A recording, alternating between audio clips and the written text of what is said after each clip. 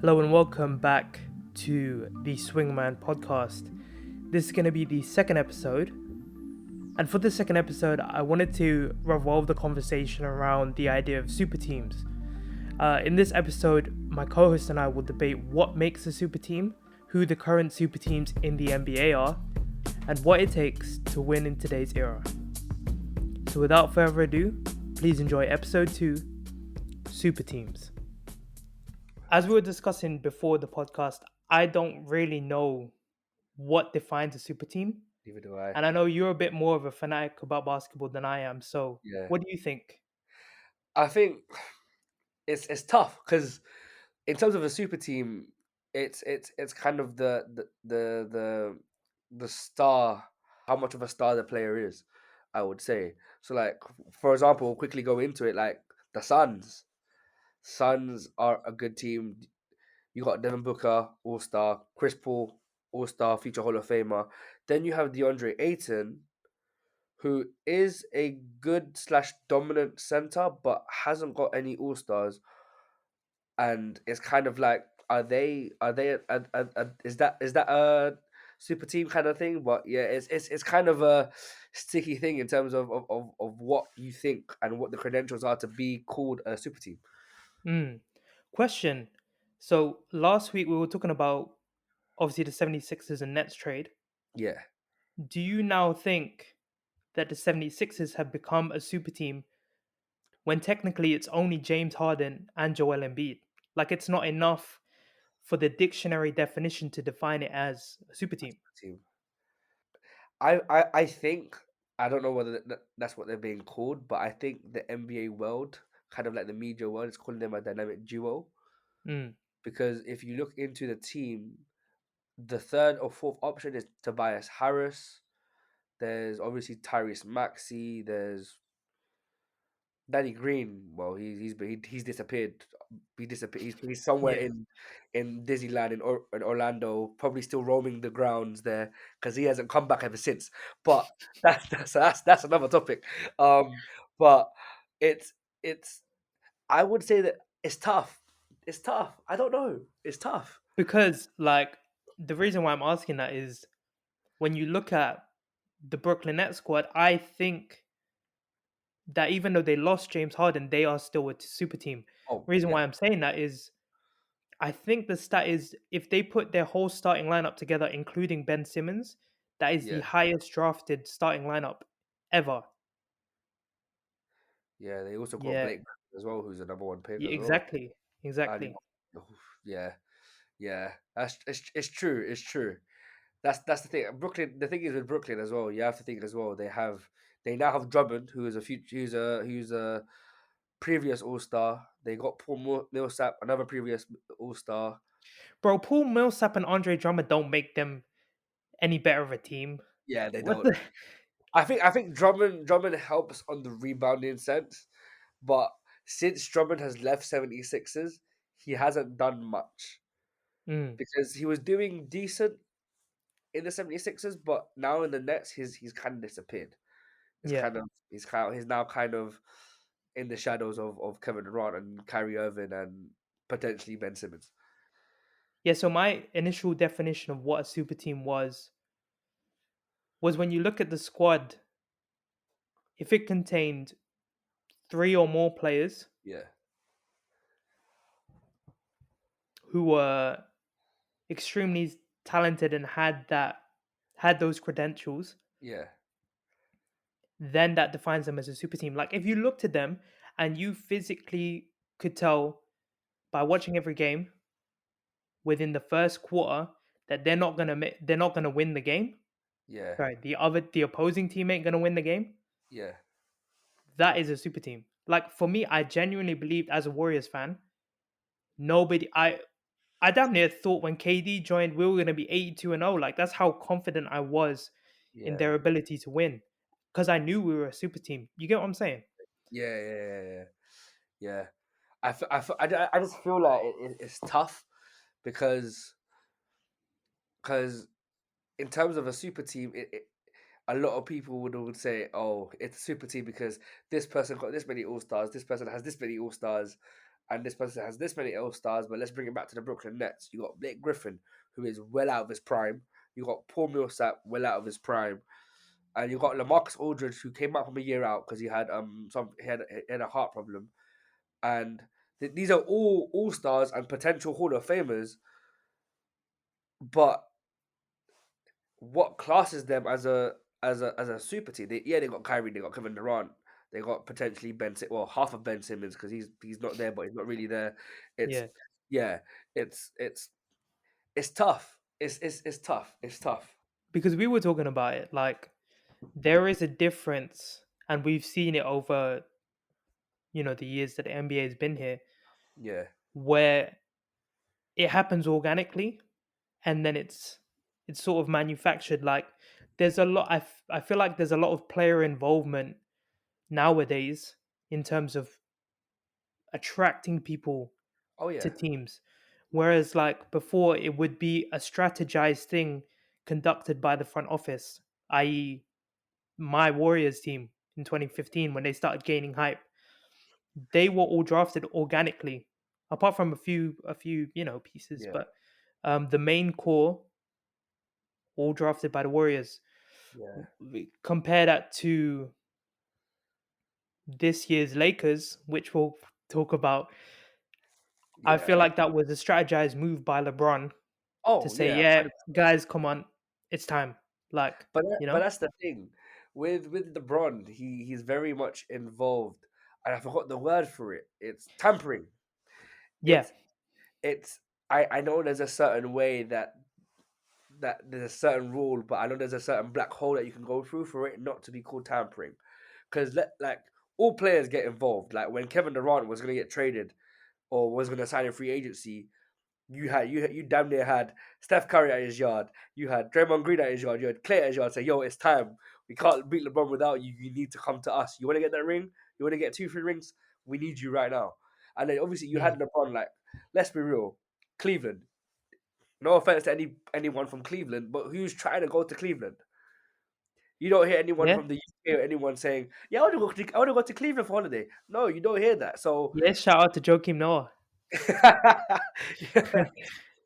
yeah, you don't get that much. So obviously LeBron has a big part because he brought in Kevin Love, he brought in Richard Jefferson, Channing Frye, J.R. Smith, Iman Shumpert, Timothy Mozgov, who probably was the closest that you can relate to being in that weather because I think he's Russian, so it's kind of like he's used to that cold weather. But Yeah. you had other guys who are from California, who are from all these hot places in America, and it's like, well, damn, he damn near brought all of them together. Said, "This is the team that's going to win one ring, and let's go for it." Mm. He, Well, yeah, it's funny that you kind of mentioned that because I wanted to raise a question of like, who do you really think started the super team? Because if you look back at the whole era of basketball, yeah, it kind of started in the 80s, 90s, yeah. arguably the Bulls.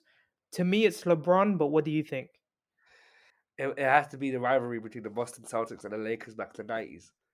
Has to be Mm, because you had in the Celtics team you had Larry Bird, Kevin McHale, Robert Parrish. You had in the Lakers you had Kareem Abdul-Jabbar. You had Magic Johnson. You had just so many other players that are in the Hall of Fame, and it's crazy that they all played at the same time because there was a period of time where the NBA final was just it was either the Lakers or the Celtics. yeah. I feel like that developed into into the 90s where now MJ said, "Okay, Scotty's here now. We got that free Pete. We need." And then the following year, I think the bad boy Pistons beat them, and then they were like, "No, we need to bring someone in," and that person was Rodman. Hmm. And obviously, that they also had Steve Kerr, Coach. They had all these people to add on, and then you slowly had the Lakers building up Shaq, building up Kobe in that period of time, and it's kind of like all these old heads from the 90s, from the 80s that are saying, the new generation started the super team. No, it doesn't make for me. It doesn't make sense because all those teams that had players like Kareem on the same team, Magic on the same team. Yeah. It's like Kareem. didn't get drafted from he got drafted I think by the Bucks. I could be Yeah, totally yeah, wrong, yeah. I think that's right. but you had Kareem go over there. You had Magic as a rookie, who is phenomenal because he ended up helping the Lakers win the finals that year. Then you also had Larry Bird, who was able to take the absolute Mickey out of the Atlanta Hawks, playing with his left hand only because he had enough superstar teammates around him. Yeah, It's I feel like it started with the 80s and 90s because especially look at the Dream Team. I mean, obviously it's the Olympics, but you yeah, had yeah. I get what you mean. Like you could already tell that was unfair competition from the start. exactly you had everyone that is a Hall of Famer on that team go to Olympics, and even players from the other countries were like, "Can you sign this for me? Can you Yeah, yeah, yeah. can you take a picture with me? My son wants to say hi to you. Is it cool?" Like it's I feel like it started back then. It took a break for a while. I think, but now that I think about it, you had go after the Michael Jordan era. You had Kobe and Shaq teaming up with Robert Horry, with all the Lakers guys that helped the three-peat. And then obviously you had the Pistons, who isn't technically a super team, but they had Rip Hamilton. They had all these other guys that are fantastic. Then shortly after that, you had Shaq go to Miami Heat with Dwayne Wade, with Alonzo Mourning, with Gary Payton, and I think they even had Jason Williams.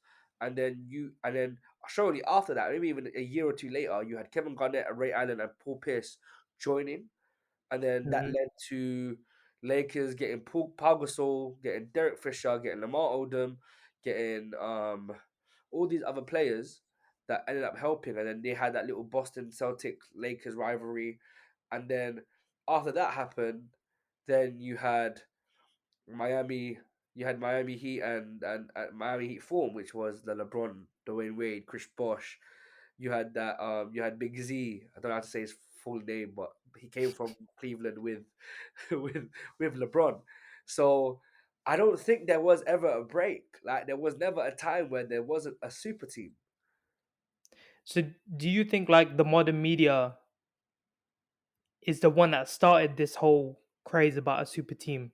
Because it wasn't spoken about before, but like you just said, which is a point that completely passed over my head. Like I didn't even clock the Lakers and Boston Celtics. They have like 17, 18 championships each. So Yeah, how could you say that they weren't a super team when they won that many championships? Because everybody else would have stood a chance. So that's a really good point, actually. and the thing is, those championships that they won, multi- some of them were they won once or they won two or three times. Yeah. Like it was in a row, or it was just once, and then it was went to the Lakers. Then it was two, three in a row. Then it went to another team. Then it went there. It was just, it's just, it doesn't make sense to me. Like you need a team, whether that's a super team or a team, to win a championship. Either a super team's going to win a championship or a team is going to win a championship. Hmm. Now, this is where my thought comes into place. Whether San Antonio Spurs a super team, Ooh. because they all got drafted into the Spurs. All right. So my thing is, they are an organic super team Okay, because if you look at the era of basketball that it was in, yeah, it was too stacked. David Robinson, Tim Duncan, yeah, like them two alone, yeah, they were stacked already. You bring in Manu Ginobili yeah. and Tony Parker eventually, and even Danny Green. At one That point, was all strategic. So I respect that more than then the I'm. manufactured. I'm gonna bring it. Yeah, I'm gonna bring it to LeBron James and the Miami Heat. I Yeah, sound like the biggest LeBron hater right now, man. But like, I really felt like that was the start of manufactured super teams in the sense that LeBron wasn't going nowhere in Cleveland. He was essentially wasting his like athletic prime and he knew that. So like yeah, when looking at the landscape of the league at that current time, yeah. the Heat was the best place to do it. So when he announced it, taking his talents to South Beach or whatever, you could even tell like he knew it was a super team because he wasn't saying, "Oh yeah, we'll see how the year goes." He was saying, "We're gonna We know win one, two. two. Yeah, we're not gonna win one. We're not gonna win two." Like this guy was arrogant. He knew exactly what he was doing. Yeah, yeah. But that's the thing. Like, I, when it comes to defining manufactured and organic, it's kind of tough because at one point it technically was manufactured, but it technically was organic. That's why Hmm. it was just like it's very tough trying to like manufacture organic. Cool. At least there's two separate categories to it. But how do we define manufactured and organic? I mean, like I said, I think it's an organizational standpoint. If it's Yeah, from a clear low point, I'm gonna take the Warriors again. Even though the We Believe era was a good era, they weren't they weren't really contenders like that. they were eight So seeds trying to upset. They yeah, were lower seed trying to upset the higher seeds basically. and I think that's basically why teams go under this quote unquote rebuild because they are trying to strategically manufacture for the future because that's why tanking exists. So you can get higher up in the lottery OKC has been and plan it out from the start. yeah So in that sense, I respect not tanking, but strategic team rebuilding. building to the point where you are confident enough to win. I've got a question for you. So, Cool. as we know, OKC has enough draft picks to damn near take all of the draft picks in the draft. Yeah. Do you think that's a good strategy by Sam Presti? Yes, 1000%. Because when you look at the team longevity wise, Yeah, they have the most potential. They're going to bring in all these young guys. yeah. In all fairness, though, they don't have a vet that can really teach them I the think ropes of how to the get deep in the playoffs. I think the closest to a vet they have is SGA, Shea Gilgis Alexander. Exactly, but he hasn't made a finals appearance. He hasn't performed in high pressure situations. I don't think So he's even been in the playoffs. Actually, mm, oh, he has been bubble season. yeah, but exact that was a one off essentially. But like to me, I think that's a good move because it's like accepting your losses at the current point in Yeah, order for a vision. It's basically a sacrifice, yeah, it you is. know. Everybody talks about you got to sacrifice to succeed and all That's that the stuff. So process. yeah, no. And when you look at somebody like Josh Giddey, who they drafted, Yeah, he's an amazing young talent. yeah, So he is. He's underrated imagine as if their well. front office are smart enough to think, oh yeah, let's see how we recruit and Yeah, build around somebody like Giddy, yeah, bro. That team becomes sick if they patiently wait. yeah. It's You true. know.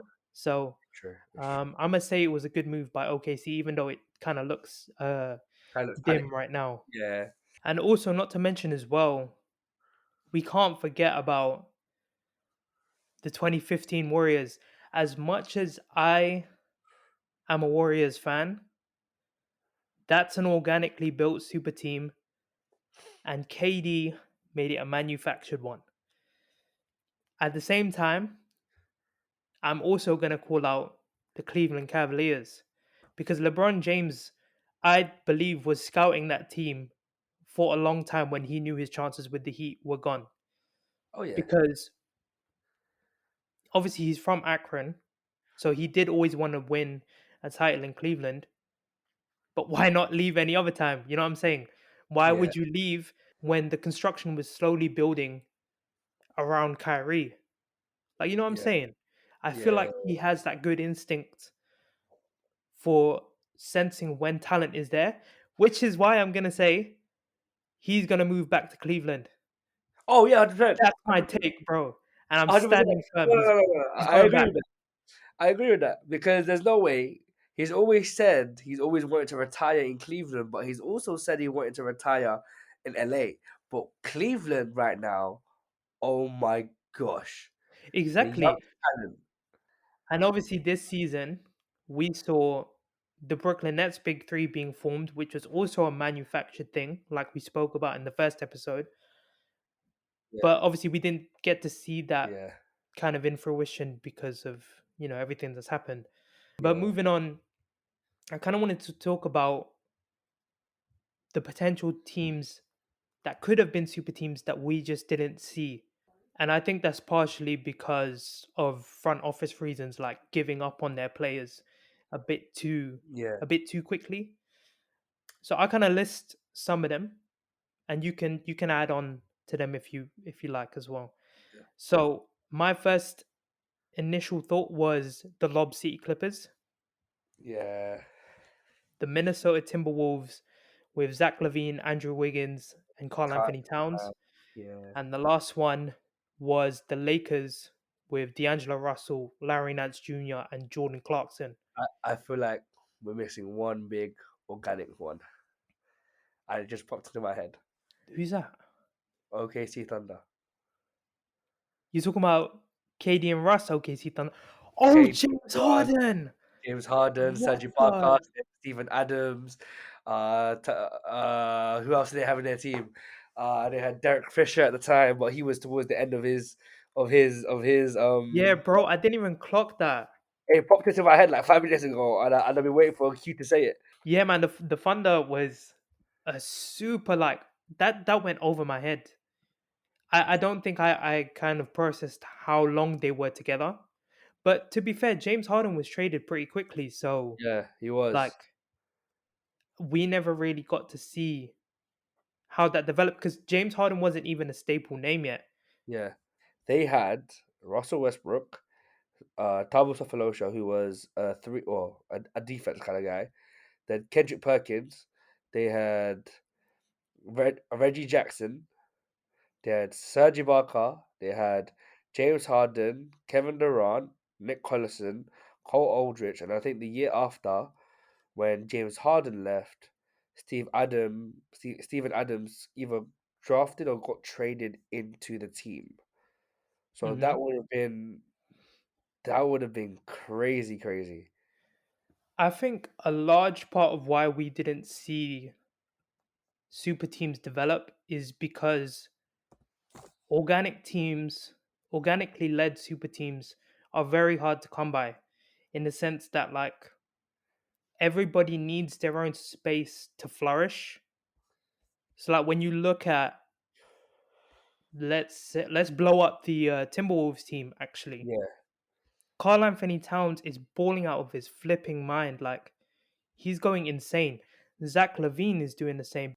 And the reason why Zach Levine is doing that is because Wiggins had to fall back in the sense that like if you had all three of them gunning for the stardom yeah, that they could reach, yeah, that team would implode anyway because that's an ego, that's power trips, you know? yeah, So I feel like everything kind of happens for a reason. And the reason why you didn't see those super teams blow up is because they didn't have enough space to do their own thing first yeah, before bringing all those talents together. You know what I'm trying to say?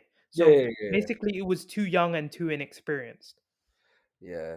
And I feel like the the front office has to really trust the process, and it's very hard to come by, and it's hard for the players to then try and trust the front office.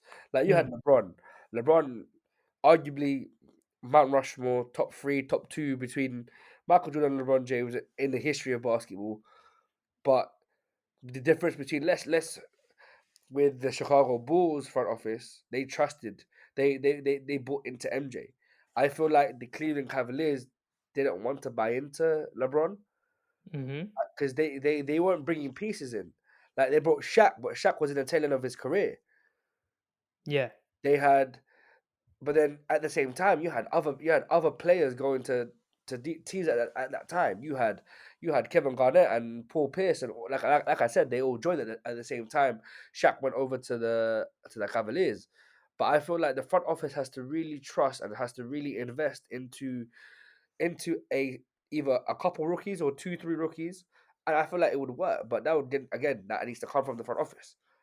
100%. Like, look at Joel Embiid, bro. His nickname is the process. Like, he always used to tell fans, trust the process. And Yeah, in all fairness, they were tanking for a couple of years yeah, until, Ben Simmons really came in the picture. But, like, it kind of shows you that it has to be a slow burner and you can't chase it right now. Otherwise, it's just going to like implode, you know?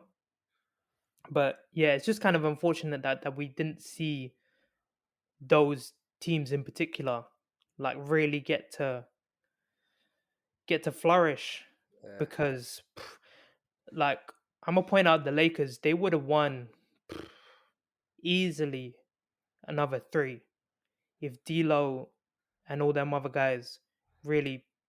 They stayed behind and Yeah, waited. But yeah, yeah, then again, it comes to players' egos as well, saying, "I'm this good. I should get paid this much." exactly. No, that's what I'm saying. It all comes down to inexperience and like Yeah, wanting to prove a name for yourself. Like, yeah.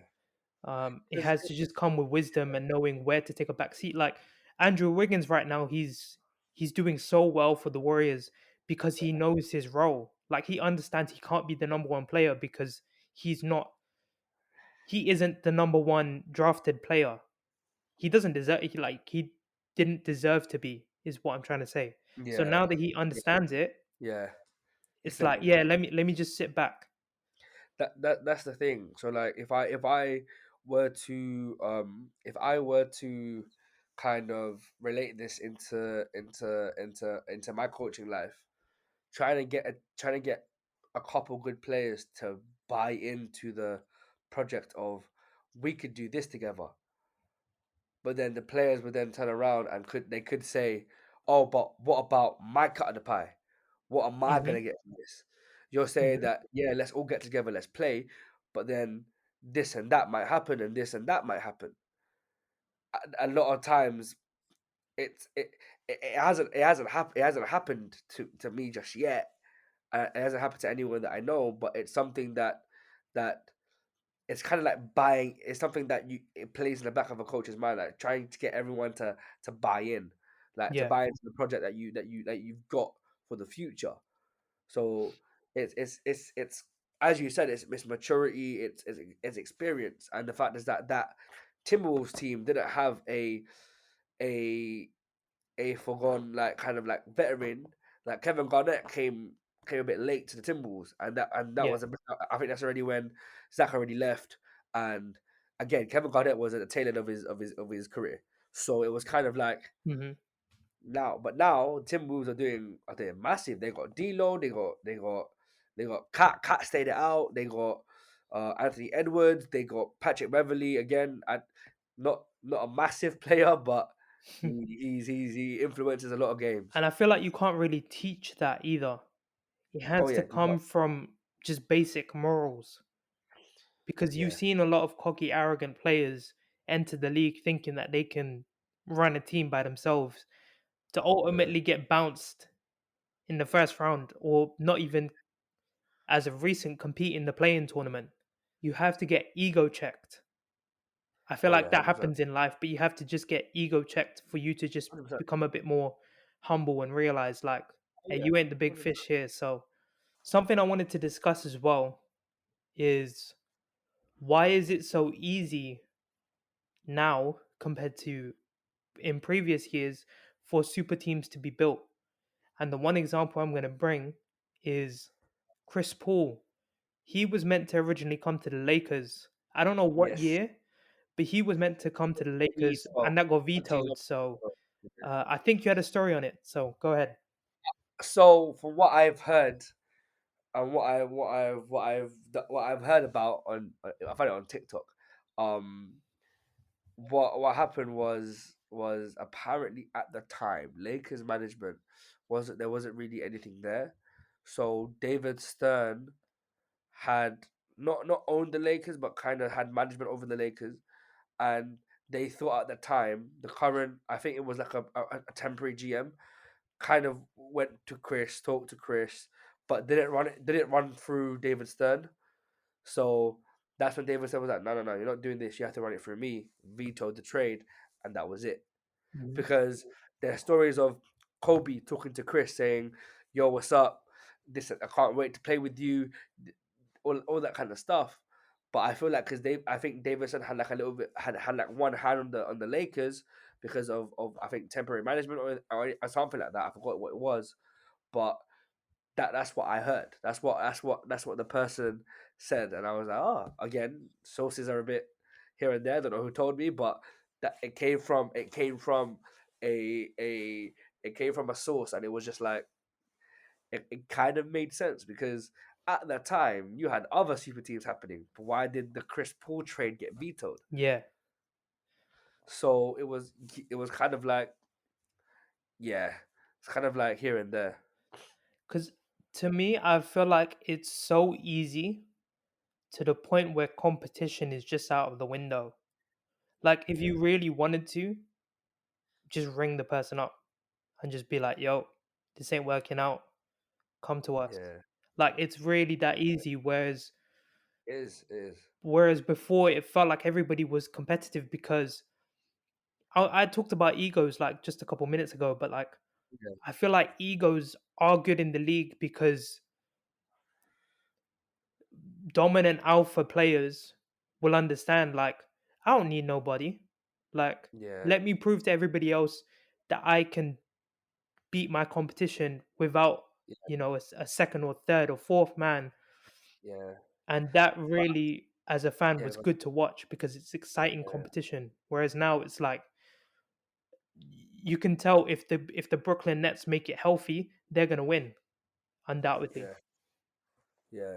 I feel like it's because it comes the mindset of it's easier doing it with other people as well Hmm. because it takes a lot out of you just winning a championship. It's 82 games plus, let's say, first round, second round, semis, which is conference finals, and then finals. Let's say they all play game 7, 7, 14, 21. That's 20. That's 28 games Hmm. extra onto the 82. Yeah. So it's like it takes a lot out of you, and I feel like because everyone knows that, do you know what, it's a lot easier for it being me and this person come together. There's some games during the 82 seasons that we can rest, we can chill out. We'll let this player do it with this bunch of players. Then Hmm. when he's done 5 games, he'll sit down, we'll go up, and then after 2 3 games I sit down, and that's where resting and it came from. So like it, it's kind of a mentality thing, and it's Yeah. it's it's it's tough. It's tough. It's really tough, but it's just one of them ones where I feel like as well players are a lot more talented now than they Hmm. were back in the day.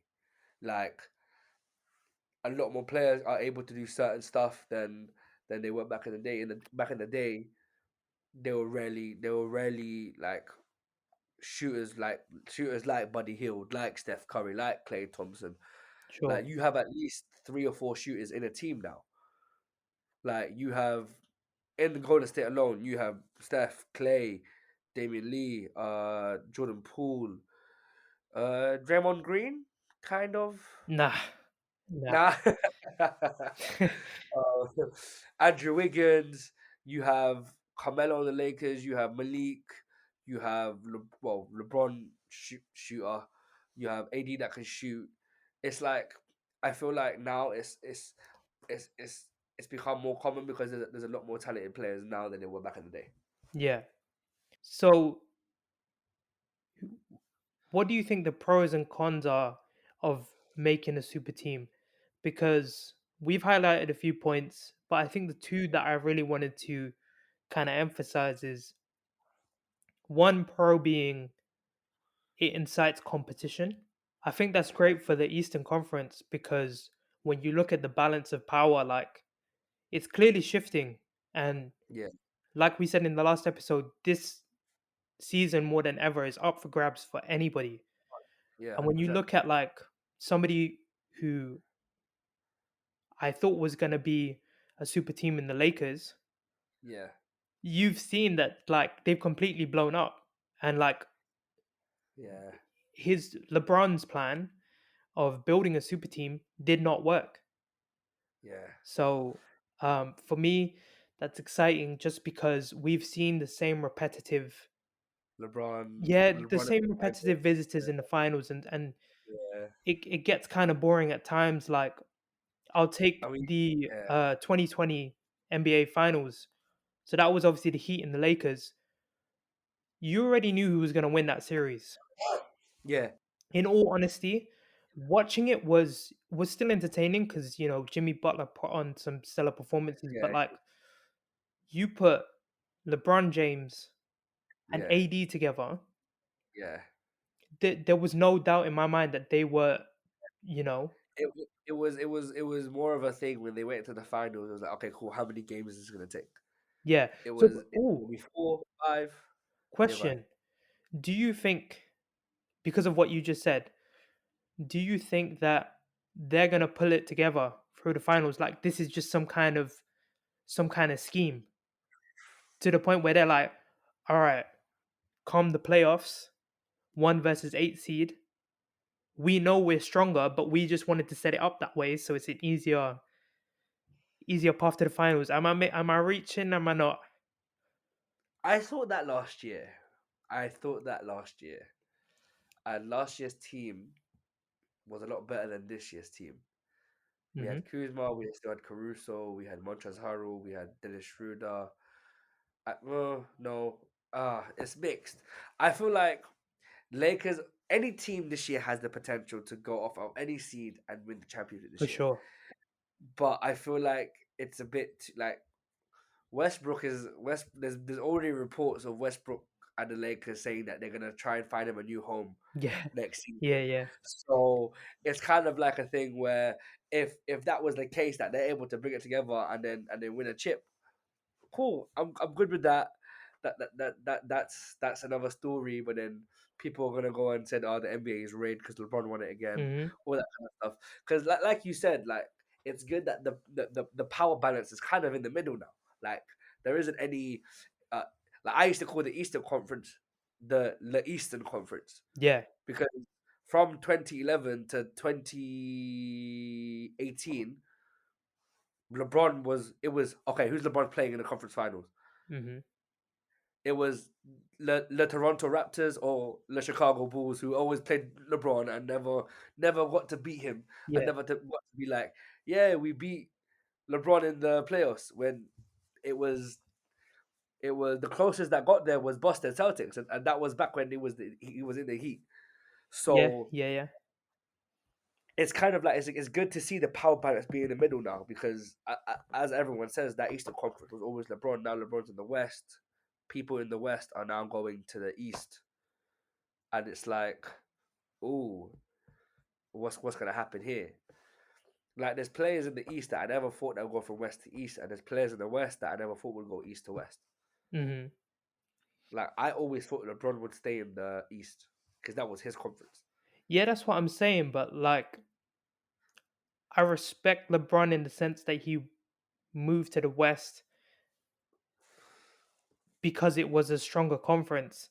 That's what I respect. But at the same time, building that team up this year Yeah, with the mindset of, yeah, cool, we got this, because they're all, that technically by definition is a super yeah, team. yeah. It is. Because So if we're judging it on the credentials of all stars and maybe let's chips won, like, yeah, they are a super team. But you've kind of seen that it hasn't worked out, and that's yeah, good because there's been so many heavy favorites in the NBA. Like, it just started to feel like it wasn't worth watching some games yeah, anymore, or even some of the playoffs where like it's supposed to be the most exciting time of the season. yeah, I'm gonna point back to that Heat versus Lakers, like 7.4 million views worldwide for yeah, that final series. yeah. Maybe it was due to COVID, but like, look, you could see from a Never, mile away they weren't winning. yeah, So I, for one, I'm excited to see what happens this year, and it's kind of clear to see because in our last conversation we were talking about the Brooklyn Nets and the 76ers being heavy favorites, but like truthfully, the Nets are one of the bottom teams in the league, and we're still talking about them like, oh yeah, they have potential to come back. It's because we know as fans, like Yeah, that is an overmatched team, that is a super team. But what's making it so interesting is like there are also a load of other big name teams that could also knock them out, even though they don't have the same amount of numbers, i.e., the 76ers, yeah, but only have two superstars, really. But they yeah, stand just as much of a chance, in my opinion.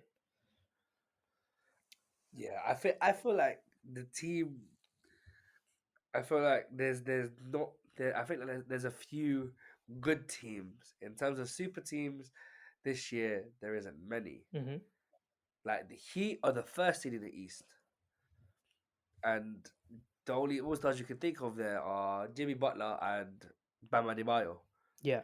You obviously got a champion in PJ Tucker. You got Tyler Hero, who's doing absolutely well. You got a shooter in Duncan Robinson. You've got Victor Oladipo, who's come back since a year of being out. But other than that, it's not really a super team. So, Yeah. and if you look at the West again, like we said, the top two teams are the Suns and the Grizzlies. Hmm. You can't, as we said, you can't really place the Suns and the Grizzlies as a super team. Exactly. And that's what I kind of wanted to get onto is like, does super teams even matter anymore? Because you've seen that sheer hard work can beat out a potential super team. You know what I'm saying? Uh, Yeah, yeah, So yeah. that's what makes 'Cause it super interesting. like I said, I feel like because now the players are much more talented. Hmm. Like they're way more talented. They're way more athletic. They're faster. Young kids are coming through and staying. Like back in the Heat days of LeBron, you had guys like someone called John Lucas III, who is now LeBron's coach. Yeah. Like you had guys like Verejao, who Hmm. is now retired and not playing anymore. Who you got several guys who are not in the league anymore that that stayed in the league for quite a bit, and it's like, how do they stay in the league? Yeah. But now you have players that are actually decent, and there's even G League players that are decent. Like Jordan Bell was in the G League. Hmm. You have other guys that are good. Carson Edwards is in the G League, and he's been dropping 45. Like it's crazy. Like the players are much better now. I feel like players now understand what needs to be put in to work hard. Hence why I personally think super teams don't matter anymore. And the last time a super team actually worked was 2020. Yeah. No, I agree 100%. Um, but to round things off, this will be our final topic of conversation. We've obviously spoken about the credentials of what makes a super team.